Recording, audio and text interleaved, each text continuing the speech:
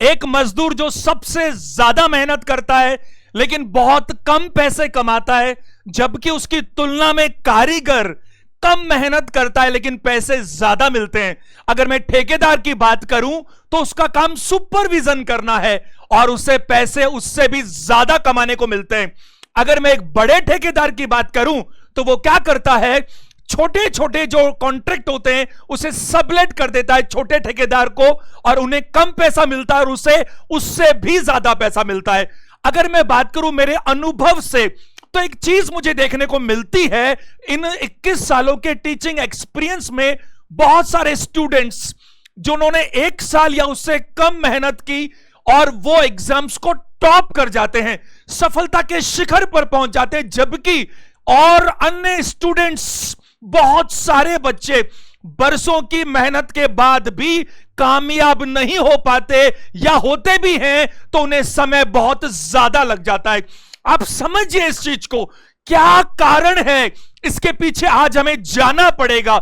अगर मैं बात करूं, एक कंपनी का मालिक करोड़ों अरबों रुपए कमाता है, जबकि उसी कंपनी में काम करने वाला जो सबसे अच्छा एम्प्लॉय है उसे बहुत कम पैसा मिलता है।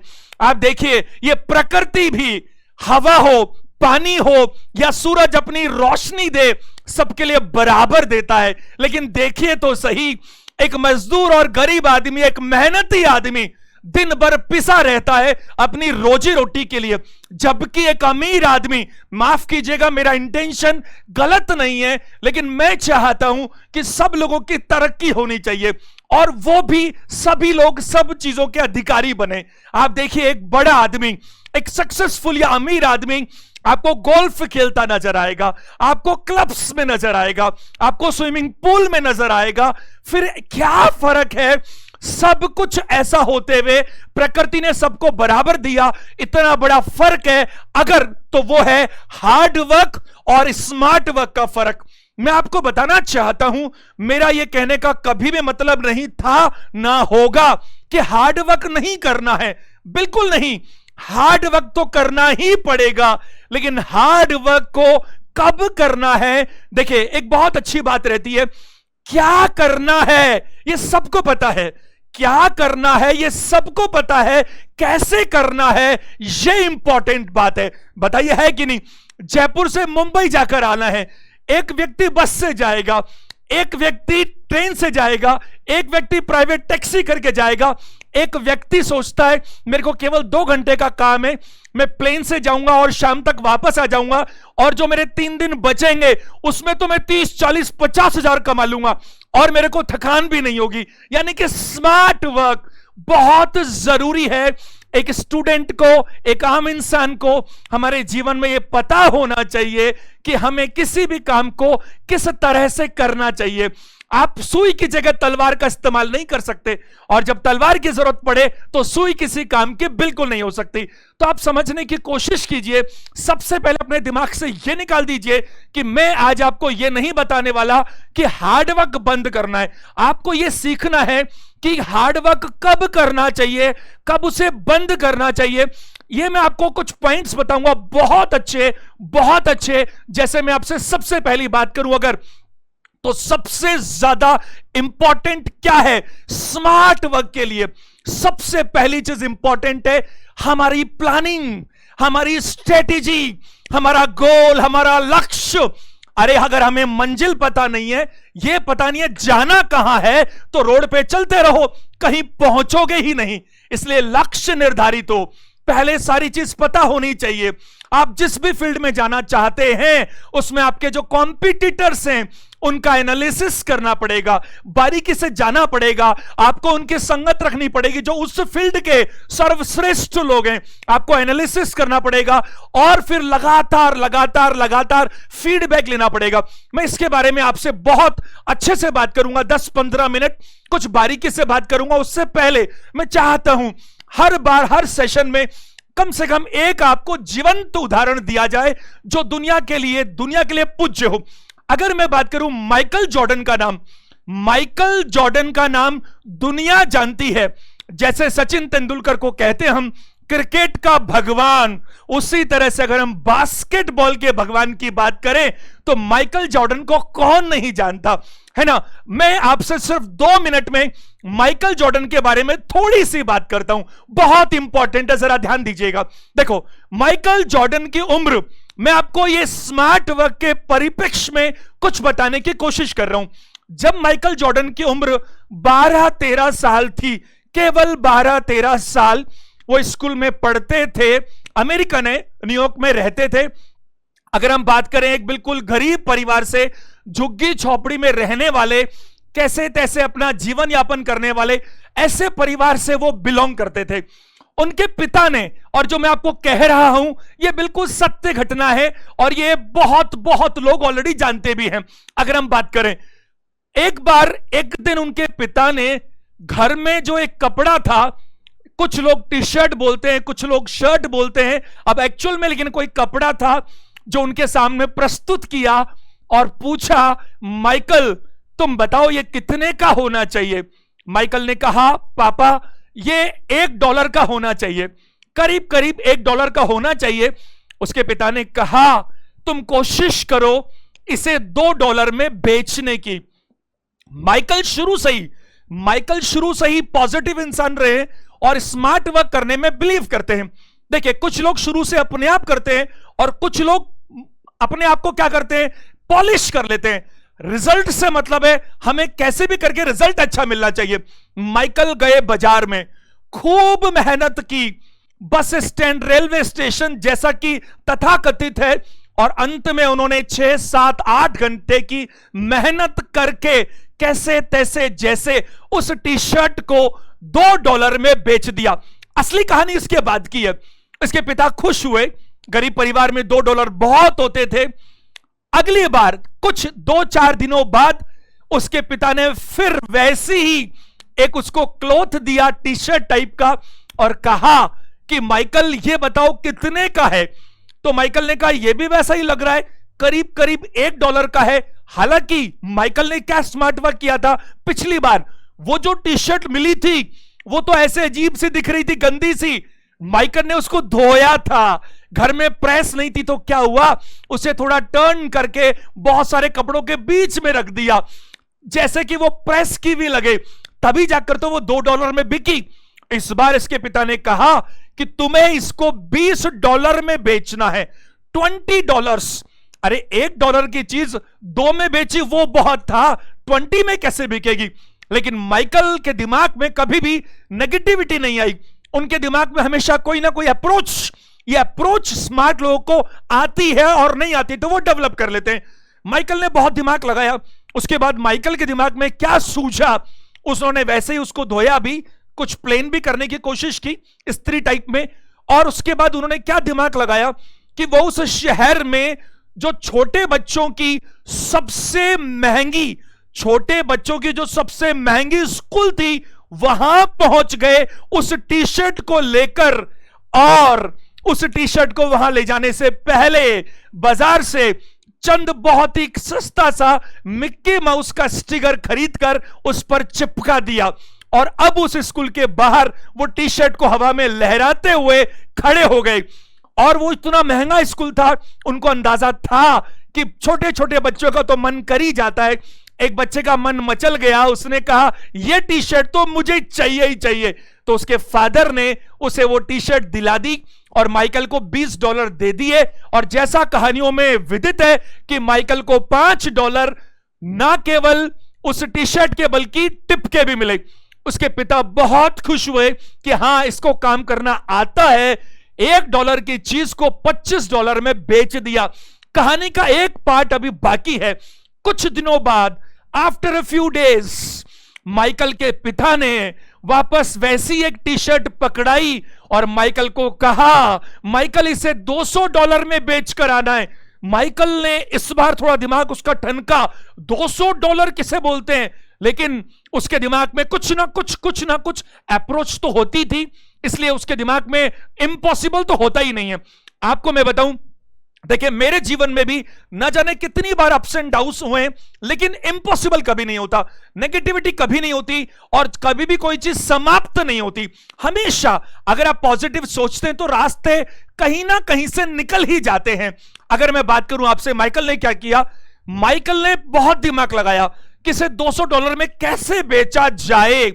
फिर मालूम चला कुछ दिनों बाद उस शहर में एक बहुत ही फेमस एक्ट्रेस फराह आने वाली थी। तो कुछ इनके दिमाग में सूझा और ये कैसे तैसे वहां जहां कॉन्फ्रेंस होनी थी उस एक्ट्रेस की वहां पहुंच गए और पुलिस सिक्योरिटी को बंक मारकर कैसे तैसे छोटा सा बच्चा उसके सामने पहुंच गया और टी शर्ट को सामने रख के बोला कि इस पर आपका ऑटोग्राफ चाहिए मुझे। उसने देखा इतना छोटा मासूम सा बच्चा है, उस एक्ट्रेस ने उस टी शर्ट पर 1-2 ऑटोग्राफ दे दिए, काम बन गया। समझ रहे हो ना? अब माइकल पहुंचा किसी बाजार में और उसको लहराता हुआ चिल्लाने लगा, देखो फराह, एक्ट्रेस फराह, इतनी ज्यादा बड़ी पर्सनालिटी, इनका सिग्नेचर किया हुआ, इनका ऑटोग्राफ किया हुआ टी शर्ट है केवल $200 में।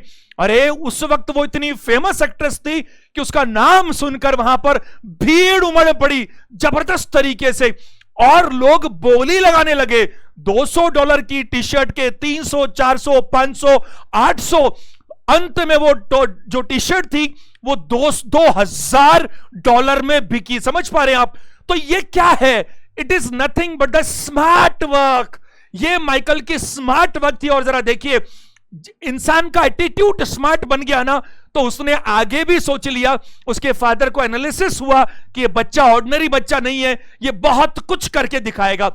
और कोई भी ऑर्डिनरी नहीं होता, हर कोई इंसान कुछ भी कर सकता है, उसकी अप्रोच सही होनी चाहिए। और आज की जो मेरी बात है वो यही है कि आपको हार्ड वर्क तो करना है। मैंने ये बिल्कुल मना नहीं किया कि हार्ड वर्क नहीं करेंगे, लेकिन आपको यह पता जरूर होना चाहिए कि हार्ड वर्क का क्या मतलब होता है। सबसे पहली चीज, वर्क विद स्ट्रेटेजी, यानी कि एक बहुत बढ़िया प्लानिंग होनी चाहिए। आपके पास प्लान बी नहीं होना चाहिए। अक्सर लोग क्या करते हैं कि ये नहीं हुआ तो वो करूंगा, वो नहीं हुआ तो ये कर लूंगा, ऐसा नहीं तो ऐसा। नहीं नहीं नहीं, प्लान बी नहीं चाहिए हमारे को। हम इतने कॉन्फिडेंट होने चाहिए। एक और बात जरूरी क्या है, ये जो स्ट्रेटेजी है, ये जो योजना है, ये हमेशा प्रैक्टिकल होनी चाहिए। जैसे देखिए, अगर मेरा कोई भी बैकग्राउंड पॉलिटिकल नहीं है और मेरी स्ट्रेटेजी है, मेरा गोल है प्राइम मिनिस्टर बनना, तो प्राइम मिनिस्टर बनना मेरा गोल बिल्कुल गलत है, इम्प्रैक्टिकल है। ऐसा तो होना ही नहीं चाहिए। देखो, प्राइम मिनिस्टर से मुझे एक चीज याद आई। आपको पता है एक चीज बहुत फेमस है, क्या है इनके बारे में, कि प्राइम मिनिस्टर अक्सर अपनी यात्राएं रात्रि में करते हैं ताकि वो प्लेन में सो जाएं रात में और प्रोडक्टिविटी बढ़ सके। मेरी बात समझ रहे हैं ना? तो उनको भी स्मार्ट वर्क करना आता है, बिल्कुल आता है।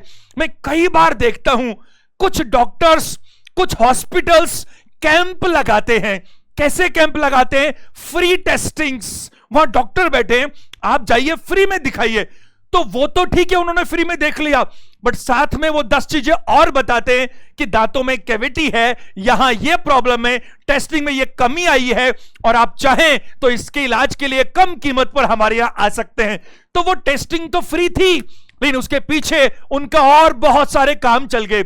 आजकल देखिए बहुत सारे कोचिंग इंस्टीट्यूट्स, अगर वो बात करें सीधा कि हम 50, 60, 70% डिस्काउंट देंगे तो शायद बच्चे बहुत कम आएंगे, लेकिन वो क्या कहते हैं, हम स्कॉलरशिप टेस्ट लेंगे।